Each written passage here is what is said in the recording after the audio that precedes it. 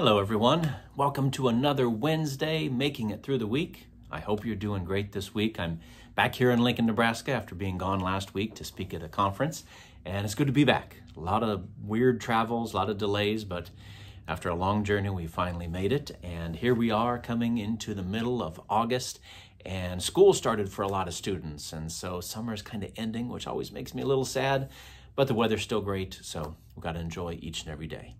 Wanted to share with you a thought this week, and I'm sticking in the book of Daniel for a little while, and I made it to Daniel chapter 5.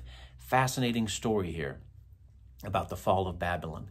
Daniel is here, and now he's an older fellow later on in his life, and Belshazzar decides to have a big party, and what we don't realize from the biblical story, but what's happening is that the Babylon is surrounded by the Medes and Persians, and there's a war going on, but the king decides to throw a party inside, thinking that if we, the Babylonian nobility, are partying, that must mean our Babylonian gods are partying and having a good time, and they'll help us win this war. And so they get to drinking, and one of the first things that I catch from this story in Daniel chapter 5 is we humans don't make good decisions when we've had too much alcohol, or maybe when we've had any alcohol, because the king decides to bring the holy artifacts from Jerusalem that were taken from the temple and to use them to drink, and that just does not go well.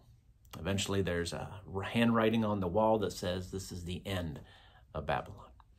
And so it just jumps out at me that we don't make good decisions when alcohol is in the mix, right? I mean, no one drinks too much Kool-Aid and says, oh, I got in a fight with my best friend. But that happens with alcohol. Or nobody says, oh, I drank so much lemonade that I decided to call my boss off and tell him off. Lemonade doesn't cause that, but alcohol can. So we got this counsel here in the Bible warning us that alcohol leads to some bad decisions, and I think that's good for us to remember. The other thing that jumped out at me is in this story, if you were living in Babylon, if you looked at Babylon, it looked like Babylon would never fall. It had so much fortitude. It had double walls around the city, it had the Euphrates River that flowed right through the city, so they had plenty of supplies, plenty of protection from any army. They could be like, oh, you stay out there, and when you get tired, go home, right? It never looked like Babylon would fall, but that night it did. And God said it would. Previously in the book of Isaiah predicted that Babylon would fall, and sure enough, Babylon did.